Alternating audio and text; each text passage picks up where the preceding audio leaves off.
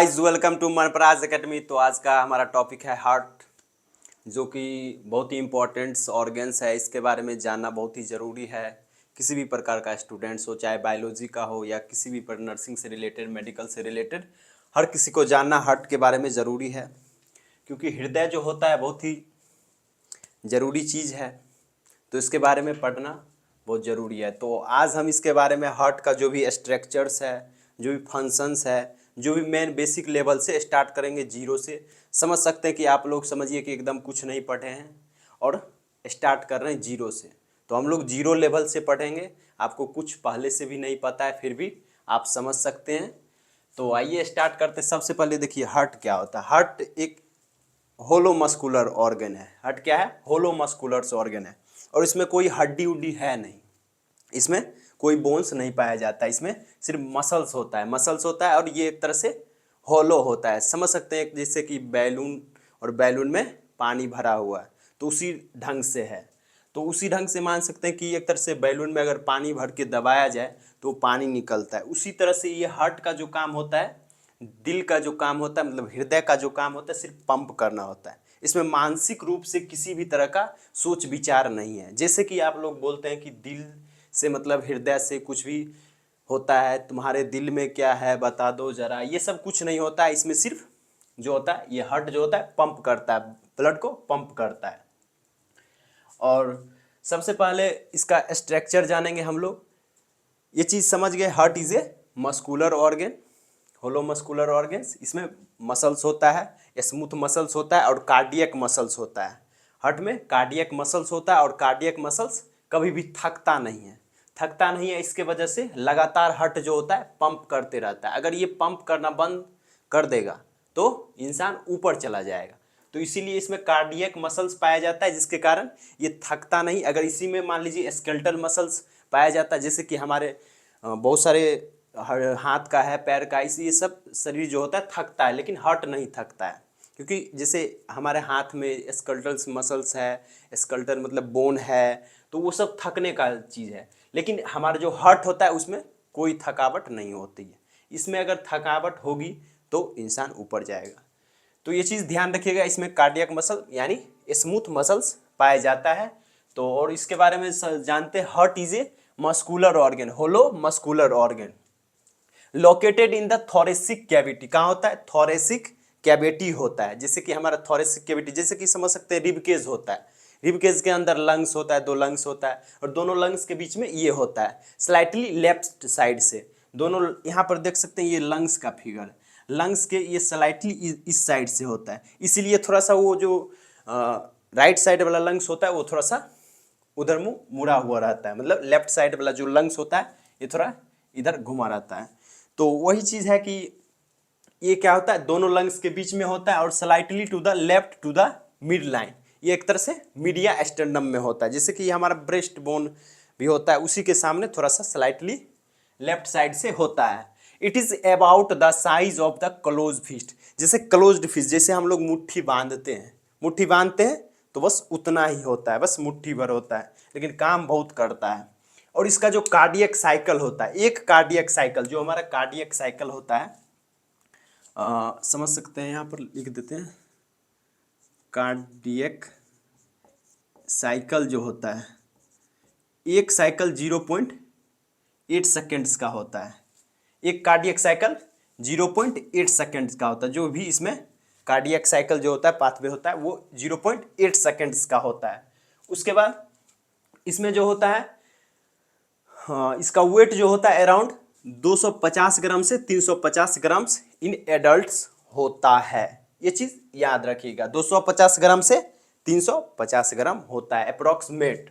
उसके बाद हम लोग बात करेंगे, द हार्ट हैज़ 4 चैम्बर्स। इसके पास 4 चैम्बर होता है, 4 चैम्बर होता है। जैसे कि एक समझ लीजिए रूम है, उसमें 4 चैम्बर है, तो उसी तरह से इसमें 4 चैम्बर, जैसे कि left atrium, right atrium, left atrium, मतलब आर ए से right atrium, left atrium, right ventricle और लेफ्ट वेंट्रिकल, ये 4 चैम्बर होता है। उसके बाद इसमें जो होता है कि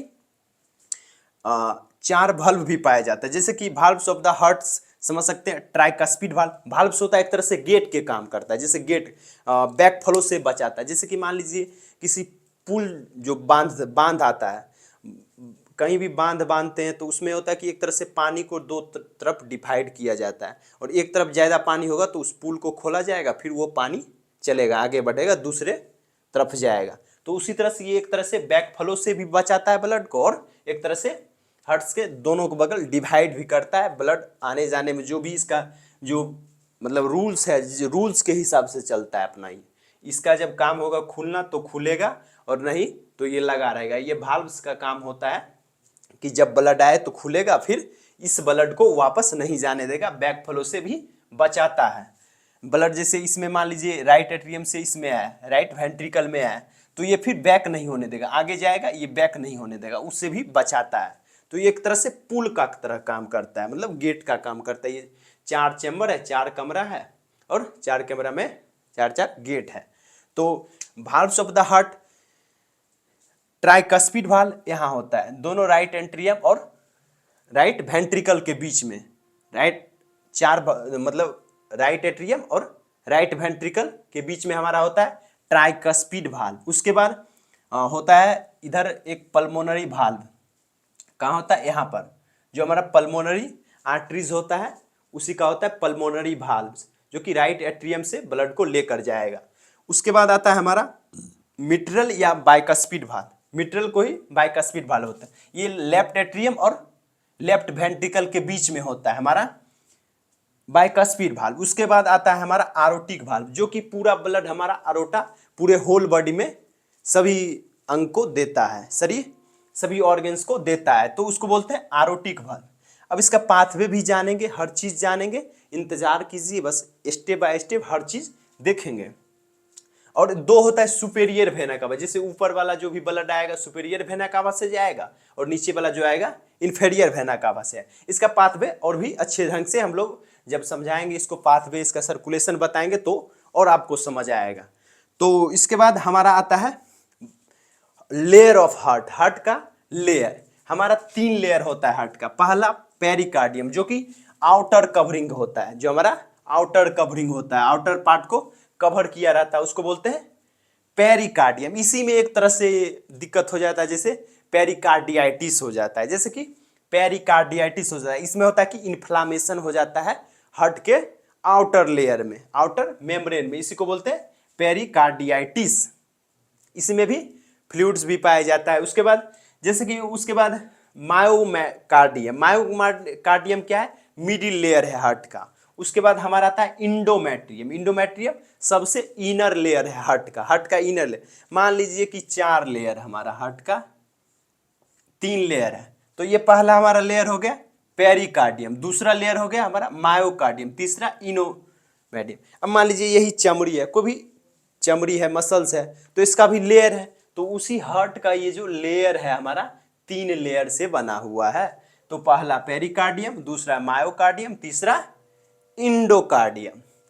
तो उसके बाद हम लोग देखेंगे ब्लड सर्कुलेशन। अब इसमें भी बहुत सारा डिजीज होता है मायोकार्डियम लेयर में। जैसे अब मान लीजिए पूछेगा आपको हार्ट में कौन सा, मायोकार्डियम लेयर में जो होता है हार्ट को ब्लड सप्लाई कौन करता है, तो कॉर्नरी आर्टरीज हार्ट को ब्लड सप्लाई करता है, हार्ट के लेयर को ब्लड सप्लाई करता है कॉर्नरी आर्टरीज। और उसी में दिक्कत आ जाती है, कॉर्नरी आर्टरीज में कोलेस्ट्रॉल्स का एक तरह से एक्यूमुलेशन हो जाता है, तो फिर क्या देखने को मिलता है, एर्थेरोस्क्लेरोसिस। एर्थेरोस्क्लेरोसिस क्या है, एर्थेरोस्क्लेरोसिस मतलब कोलेस्ट्रॉल का जो है कि एक तरह से एक्यूमुलेशन हो जाता है, फॉर्मेशन हो जाता है, मतलब वहाँ पर प्लेक का फॉर्मेशन हो जाता है, और कॉर्नरी आर्टरीज को जो होता है जाम कर देता है, बंद कर देता है, ब्लड फ्लो को रोकने लगता है। तो उसमें क्या होता है, एक तरह से उसी कंडीशन को एर्थेरोस्क्लेरोसिस भी बोलते हैं। और इसमें क्या होता है, प्लेक का फॉर्मेशन हो जाता है, और कोलेस्ट्रॉल जो होता है कि हमारा कॉर्नरी आर्टरीज में जमा हो जाता है, एक्यूमुलेट हो जाता है, कलेक्शन हो जाता है वहाँ पर, उसके कारण से ब्लड फ्लो नहीं हो पाता, और मायोकार्डियल लेयर को, हमारे जो हार्ट है उसके लेयर को सही से ब्लड नहीं मिल पाता है, सही से ब्लड सप्लाई नहीं हो पाता है, इसके कारण से हार्ट अटैक देखने को भी मिलता है। तो ये सब कंडीशन बहुत सारा है, तो इसका कंडीशन जो भी डिजीज कंडीशन होगा आगे पढ़ेंगे। अभी जो भी इसका बेसिक लेवल से जो भी हार्ट के बारे में हम लोग को जानना है, स्टेप बाय स्टेप सारा कुछ जानेंगे। तो उसके बाद हम लोग देखते हैं ब्लड सर्कुलेशन कैसे होता है हार्ट में। हार्ट में ब्लड सर्कुलेशन देखिए दो तरह का होता है, एक होता है पल्मोनरी सर्कुलेशन और दूसरा होता है हमारा सिस्टेमिक सर्कुलेशन। पल्मोनरी सर्कुलेशन एक तरह से सिंपल में मान लीजिए एक तरह से लंग्स और हार्ट के बीच में जो कि सर्कुलेशन होता है, गैस एक्सचेंजेस वगैरह होता है, तो उसको बोलते हैं हम लोग पल्मोनरी सर्कुलेशन, जो कि हार्ट और लंग्स के बीच में होगा। और सिस्टेमिक अगर सर्कुलेशन हो जाएगा तो मतलब समझ सकते हैं कैसे कैसे हमारे बॉडी को, हर ऑर्गन्स को कैसे ब्लड जाएगा, कैसे यूज होगा, कैसे चेंज होगा, तो वो चीज़ आ जाता है, मतलब बॉडी और हार्ट के बीच में आ जाता है, तो उसको बोलते हैं सिस्टेमिक सर्कुलेशन। तो अभी हम लोग फिलहाल पल्मोनरी सर्कुलेशन भी देखेंगे। और पल्मोनरी सर्कुलेशन जो है कि एक तरह से बेसिक और जनरल सर्कुलेशन जो होता है वो समझ सकते हैं। अब कोई भी पूछ देगा आपका हार्ट का सर्कुलेशन कैसे होता है, तो आप लोग पल्मोनरी सर्कुलेशन सिंपल से बता सकते हैं। तो उसी को ब्लड सर्कुलेशन पाथवे जो हमारा हार्ट का होता है उसको अगर आप लोग इसमें इसको पल्मोनरी सर्कुलेशन में भी लिख सकते हैं, क्योंकि पल्मोनरी सर्कुलेशन और जो सिंपल पाथवे हमारा हार्ट का सर्कुलेशन है दोनों सेम है। तो सबसे पहले हम लोग शुरू करेंगे, ब्लड पूरे शरीर से हमारा डीऑक्सीजनेटेड यूज हुआ, हमारे शरीर से यूज हुआ ब्लड जो कि आता है इन्फेरियर वेना कावा, नीचे वाला जो हार्ट के नीचे साइड से आया हमारा इन्फेरियर वेना कावा, जो नीचे वाला इन्फेरियर वेना कावा है, और ऊपर वाला कौन सी है, सुपेरियर वेना कावा। तो ऊपर वाला जो होगा ब्लड ऊपर से जो आएगा इसमें आ जाता है, और उसके बाद इन्फेरियर वेना कावा नीचे से ब्लड जाता है। तो दोनों का ब्लड यहां से मिलके आता है राइट एट्रियम, कहां पर आएगा, सुपेरियर वेनिया कावा और inferior vena cava, superior vena cava and inferior vena cava दोनों मिलके ब्लड कहाँ है, राइट एट्रियम। ये हमारा क्या है, राइट एट्रियम है, राइट एट्रियम में है। Okay, right atrium. और एक चीज याद रखिएगा, हमारा जो इस राइट साइड्स में होगा जो कि ब्लड हमारा होगा गंदा ब्लड होगा, और उधर जो होगा लेफ्ट साइड में सारा प्योर ब्लड होगा। मतलब इसमें ऑक्सीजनेटेड ब्लड होगा, लेफ्ट साइड में, हार्ट को दो पार्ट में बांध दीजिए, लेफ्ट साइड से हमारा जो होगा प्योर ब्लड होगा, मतलब ऑक्सीजनेटेड ब्लड होगा, और राइट साइड से जो होगा वो हमारा मतलब कि समझ सकते हैं एक तरह से प्योर ब्लड नहीं होगा, यानी डीऑक्सीजनेटेड ब्लड होगा। इतना समझ आ गया। तो इसी में होता है कि देखिए, और एक कंडीशन और देखिए, जैसे पल्मोनरी जैसे पल्मोनरी आर्टरीज बोलते हैं, आर्टरीज में कौन सा ब्लड होता है, हमारा आर्टरीज में जो होता है ऑक्सीजनेटेड ब्लड होता है हर जगह, और वेन्स में डीऑक्सीजनेटेड होता है। लेकिन यहाँ पर जो होता है उल्टा हो जाता है। आपको पूछ देगा कि पल्मोनरी आर्टरीज में कौन सा ब्लड होता है, तो आप क्या बोलिएगा कि ऑक्सीजनेटेड ब्लड, नहीं, उसमें क्या होता है, डीऑक्सीजनेटेड ब्लड होता है। हमारे पल्मोनरी आर्टरीज में जो होता है डीऑक्सीजनेटेड होता है, और पल्मोनरी वेन में ऑक्सीजनेटेड होता है। उल्टा हो जाता है यहाँ पर आकर, बस यहाँ पर उल्टा है। और सभी जगह आर्टरीज में ऑक्सीजनेटेड रहता है और वेन्स में डीऑक्सीजनेटेड रहता है। तो हम लोग कहाँ थे, सुपेरियर वेना कावा और इन्फेरियर वेना कावा से ब्लड जो होगा डीऑक्सीजनेटेड यूज किया हुआ ब्लड आया राइट एट्रियम में। अब राइट एट्रियम में आने के बाद कहाँ जाएगा, ट्राइकस्पिड भाल्व, हमारा ट्राइकस्पिड भाल्व होता है राइट एट्रियम और राइट वेंट्रिकल के बीच में। ये खुलेगा, ये द्वार खुलेगा और आ जाएगा राइट वेंट्रिकल में, राइट वेंट्रिकल्स में आया। अब उसके बाद जाएगा पल्मोनरी आर्टरीज के, पल्मोनरी भाल्व के थ्रू, ये है पल्मोनरी भाल्व, ये क्या है, पल्मोनरी भाल्व यहाँ होता है। अब राइट वेंट्रिकल से पल्मोनरी भाल्व खुला और पल्मोनरी भाल्व से पल्मोनरी आर्टरीज में जाएगा, ये हमारा पल्मोनरी आर्टरीज है, ये क्या है, पल्मोनरी आर्टरीज है। अब पल्मोनरी आर्टरीज से फिर कहाँ जाएगा, पल्मोनरी भाल्व खुला और पल्मोनरी भाल्व से गया पल्मोनरी आर्टरीज, और पल्मोनरी आर्टरीज से आप जाएगा लंग्स में। कहाँ गया, ये पल्मोनरी आर्टरीज से चल गया, मान लीजिए लंग्स, यहाँ पर मान लीजिए ये गया हमारा लंग्स में, और लंग्स से फिर वापस आएगा कहाँ, पल्मोनरी वेन में। कहाँ आएगा, पल्मोनरी वेन में, और पल्मोनरी वेन से फिर कहाँ आएगा, लेफ्ट एट्रियम में। कहाँ आएगा, लेफ्ट एट्रियम में, और लेफ्ट एट्रियम से फिर कहाँ जाएगा, मिट्रल भाल्व के थ्रू। यहाँ से ब्लड क्या हो गया, इसमें देखिए डीऑक्सीजनेटेड ब्लड आ गया ना, इसमें ये शरीर का यूज किया हुआ ब्लड इसमें आया था, और इसमें पल्मोनरी आर्टरीज में आ गया, पल्मोनरी आर्टरीज में डीऑक्सीजनेटेड, शरीर का यूज किया हुआ ब्लड है, इधर से यूज किया हुआ ब्लड है, तो पल्मोनरी आर्टरीज में कौन सी है, डीऑक्सीजनेटेड ब्लड।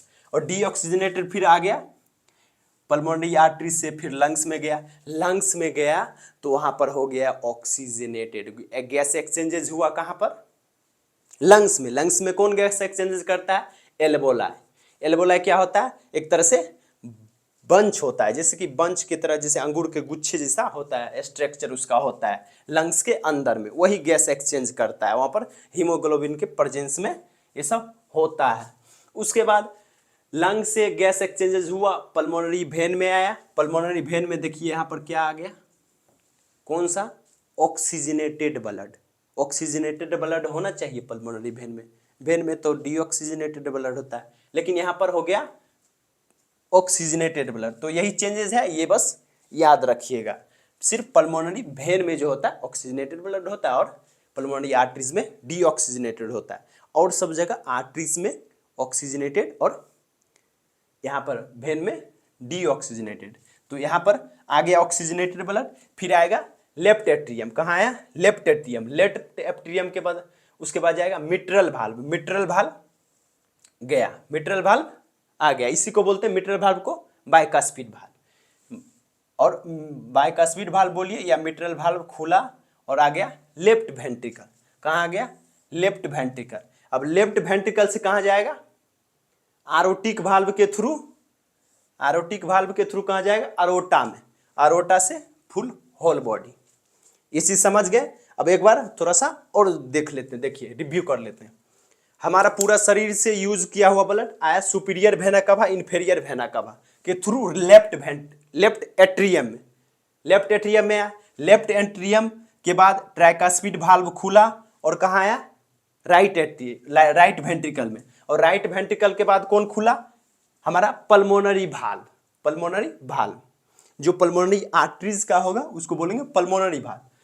पल्मोनरी भाल्व खुला तो अब चल गया पल्मोनरी आर्टरीज के थ्रू हमारा कहाँ, लंग्स में, और ये लंग्स में लेकर चला गया, लंग्स में गैस एक्सचेंज हुआ, फिर पल्मोनरी वेन में आ गया, पल्मोनरी वेन में आ गया, और ये फिर आ जाएगा, ये पल्मोनरी वेन दे देगा लेफ्ट एट्रियम को। अब लेफ्ट एट्रियम से मिट्रल भाल्व खुला और चला आया लेफ्ट वेंट्रिकल में। अब लेफ्ट वेंट्रिकल से फिर कहाँ गया, आरोटिक भाल्व में, आरोटिक भाल्व खुला तो आरोटिक भाल्व के थ्रू चल गया अरोटा में, अरोटा से पूरा होल बॉडी। तो ये चीज़ आप लोग नोट कर लीजिए, नोट कर लेंगे, उसके बाद एक बार और अच्छी ढंग से फिगर बना के, डायग्राम बना के खुद से देख लीजिएगा, आपको याद हो जाएगा, इतना गारंटी है। उसके बाद इसमें कुछ है नहीं, तो इसके बाद हम लोग देखेंगे जैसे सिस्टेमिक सर्कुलेशन जो भी है, इसका आगे का जो भी इसका बचा हुआ है, एसए नोड, एवी नोड, जो भी हमारा होता है, इलेक्ट्रिकल इम्पल्स होता है, यहाँ पे एसए नोड होता है, एवी नोड होता है, जो भी इसका जो सिस्टोलिक प्रेशर, जो भी प्रेशर है इसका, मान लीजिए ये चीज़ देखिए, एक मेन चीज़ बच गया, जैसे कि हार्ट रेट जो होता है, नॉर्मल हार्ट बीट होता है, वो कितना होता है, 72 बीट रेट पर मिनट होता है। कितना होता है, 72 बीट रेट पर मिनट होता है, इसका हार्ट बीट होता है पर मिनट। और कार्डियक साइकिल कितना देर में एक कार्डियक साइकिल कंप्लीट होता है, 0.8 सेकेंड। ये चीज़ याद रखने का चीज़ है, आप लोग याद रखिएगा। इसका वेट जो होता है 250 ग्राम से 350 ग्राम होता है, तो इतना याद रखना है आप लोग को। तो ठीक है, आप लोग को समझ आया हो, उम्मीद करता हूँ। अगर अगला चैप्टर चाहिए, अगला टॉपिक चाहिए इसका, तो कमेंट कीजिए, और क्या चीज़ दिक्कत आई, क्या नहीं हुआ, कुछ प्रॉब्लम्स आई, तो इस चीज़ पे आप लोग कमेंट करें, अपना फीडबैक दें, तभी हम अपने में भी सुधार कुछ कर पाएंगे और आप लोग को भी अच्छे ढंग से बता पाएंगे। तो उम्मीद करता हूँ कि आप लोग को समझ आया, और समझ आया तो प्लीज़ एक लाइक कर दे, चैनल को सब्सक्राइब कर दे, बेल आइकन को दबा दे। फिर मिलेंगे अगली वीडियो में। तो बाय गाइस।